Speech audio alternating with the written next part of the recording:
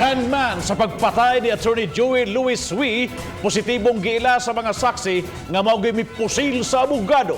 Nadakpan siya dito sa Laguna sa gipahigayong Bureau-wide Operation sa NBI. Samtang anaapay laing lima nga mga kauban ni ini nga lakip sa pasakaan ug kaso. Ani nga ang report.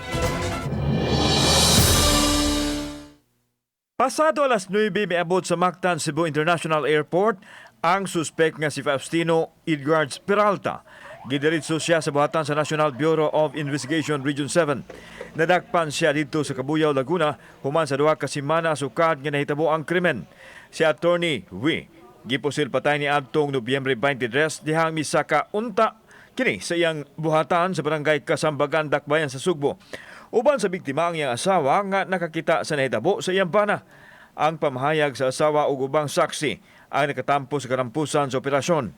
Ang mga ahente sa National Bureau of Investigation 7 nakikalayon sa ilang mga regional counterparts hangtod na sikop ang gunman ni adtong Disyembre 8. This is a bureau-wide operation. Bureau-wide operation consisting of NBI offices, not only in Cebu, our office here, NBI Laguna District Office, NBI Cavite District Office, the Death Investigation Division based in NBI Manila. Suma ni Atty. Renan Oliva, ang direktor sa NBI 7, nga dunay laing mga kauban ang suspect. Nailhan na ang tulo, samtang na ay laing duha nga jandos nga ilakip sa pagpasaka o kaso.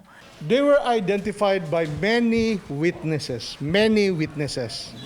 We have also CCTV footages, electronic evidence, and documentary evidence pointing them as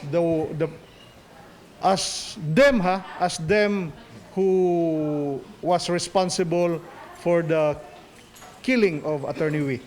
Sa pagkutlo nining balita, wa pa idetali sa NBI 7 ang posibleng motibo sa krimen. Samtang gipadayag sa NBI Director nga bukas sila sa pagpakig-alayon sa kapulisan. Gidugang niya nga walay panagkumpetensya sa ilahang ahensya nga may susamang tinguha pagsulbad sa kasong pagpatay ni Atty. Wee.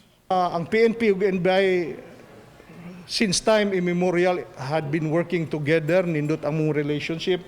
Ang ultimate goal is to solve crimes sa atong lugar diri. So it's not a competition.